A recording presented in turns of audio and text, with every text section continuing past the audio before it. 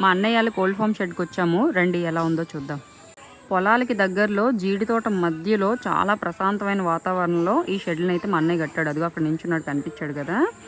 ఇక లోపలికి వెళ్ళి ఎలా ఉందో చూసేద్దాం రండి. లోపలికి అయితే వచ్చేసాము. చూసారా, అక్కడ కోళ్ళు తాగడానికి తినడానికి వీలుగా అన్ని ఏర్పాట్లు చేశారు. లోపల ఉన్న చెడుగాలు కూడా బయటకు పోవడానికి అన్ని ఏర్పాట్లు చేశారనమాట.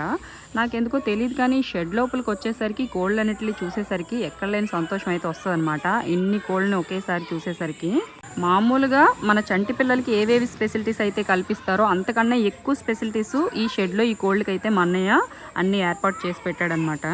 మా అన్నయ్య చాలా సంవత్సరాలు కష్టపడి ఈ కోల్డ్ ఫామ్ షెడ్ని అయితే ఈ స్టేజ్కి తీసుకొచ్చారు. ఇంత కష్టపడి ఈ స్టేజ్కి తీసుకురావడానికి గల కారణాలు ఏంటి, అసలు ఈ కోల్డ్ ఫామ్ ఎందుకు స్టార్ట్ చేశాడు, ఎందుకు రన్ చేస్తున్నాడు అనే దాని గురించి, ఈ కోల్డ్ ఫామ్ గురించి పూర్తిగా ఒక లాంగ్ వీడియో చేసి పెట్టాను. ఈ షార్ట్ వీడియో కింద లింక్ ఇస్తాను, ఎవరికైనా ఇంట్రెస్ట్ ఉంటే చూడండి.